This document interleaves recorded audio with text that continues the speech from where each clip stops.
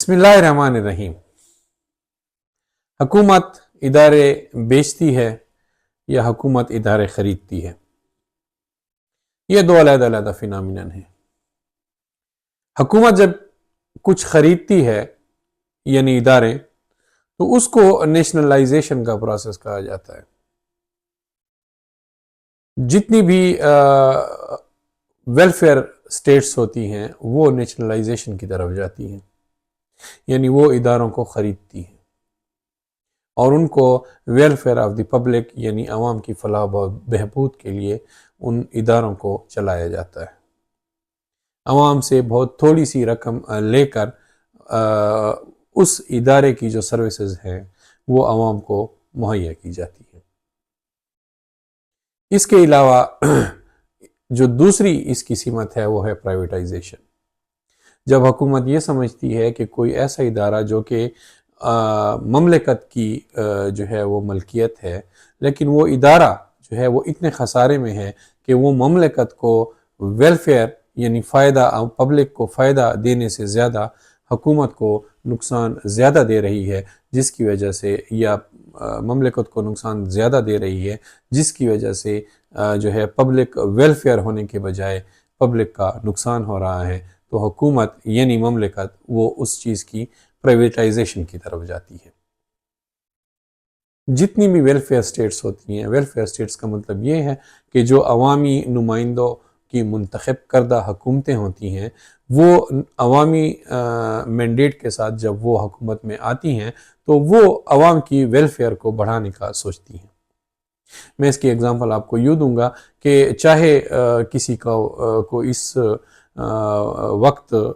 पाकिस्तान तहरीक इंसाफ की मौजूदा हुकूमत जो कि खैबर पख्तूनख्वा में कायम है उससे कितना ही इख्तलाफ हो, लेकिन उन्होंने जो वेलफेयर स्टेट के तनाज़ुर में जो मेडिकल फैसिलिटीज़ दी हैं, जो तिब्बी फैसिलिटीज़ दी हैं सेहत कार्ड और सेहत कार्ड प्लस की सूरत में,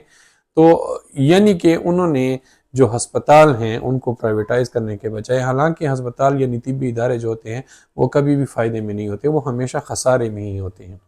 लेकिन तिब्बी इदारों को उन्होंने खुद मुख्तार बनाकर उनके जो अखराजात हैं उनके लिए एक छोटा सा पर्ची का निज़ाम शुरू किया जिससे उनके अखराजात पूरे होते हैं, बल्कि अखराजात के अलावा उनकी तनख्वाहें भी वहाँ से निकल आती हैं। जबकि अवाम की वेलफेयर के लिए हस्पताल को पैसे देने के बजाय डायरेक्ट अवाम को पैसे दिए जाते हैं उनके शिनाख्ती कार्ड के ऊपर,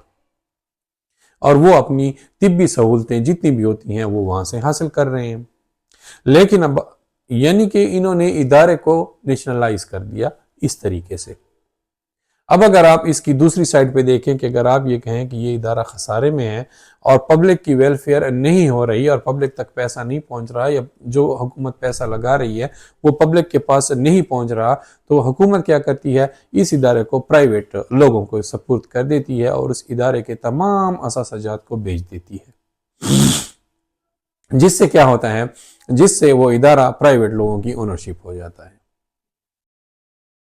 कल ही हमारा एक बहुत बड़ा इदारा जिसको पाकिस्तान इंटरनेशनल एयरलाइंस कहा जाता था, जिसके बहुत सारे असासे हैं,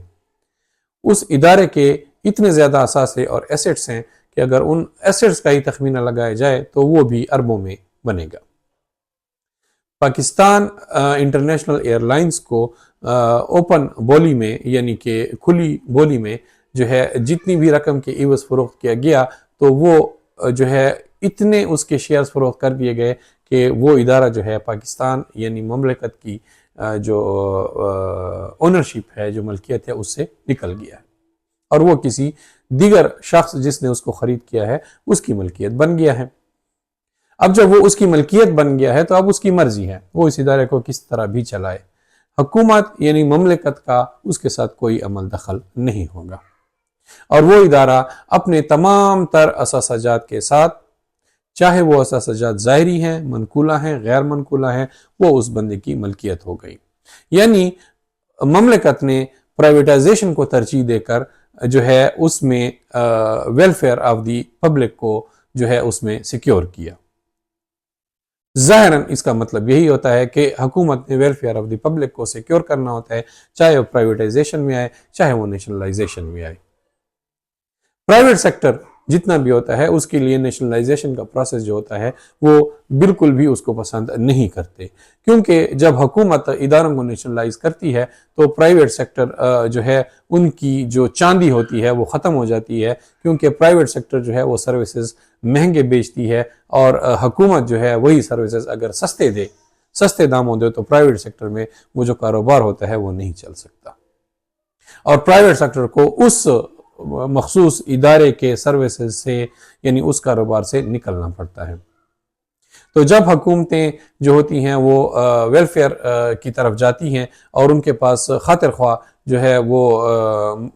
اس کے لیے فنڈز موجود ہوتے ہیں تو حکومتیں نیشنلائزیشن کی طرف جاتی ہیں۔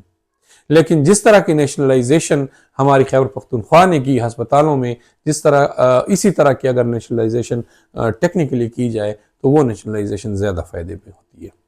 امید ہے پرائیویٹائزیشن اور نیشنلائزیشن کے حوالے سے آپ کو ایک چھوٹی سی یہ جو مثال ہے یہ سمجھ میں آ گئی ہوگی۔ اس میں کسی کی سیاسی جو ہے تعریف جو ہے اس کو میں نے مناسب نہیں سمجھا، لیکن جو حقیقت آن گراؤنڈ ہے اس کو ماننا ایمان کا حصہ ہے۔ اگلی ویڈیو کے ساتھ اور اگلے ٹاپک کے ساتھ انشاءاللہ دوبارہ حاضر ہوں گے۔ فی امان اللہ۔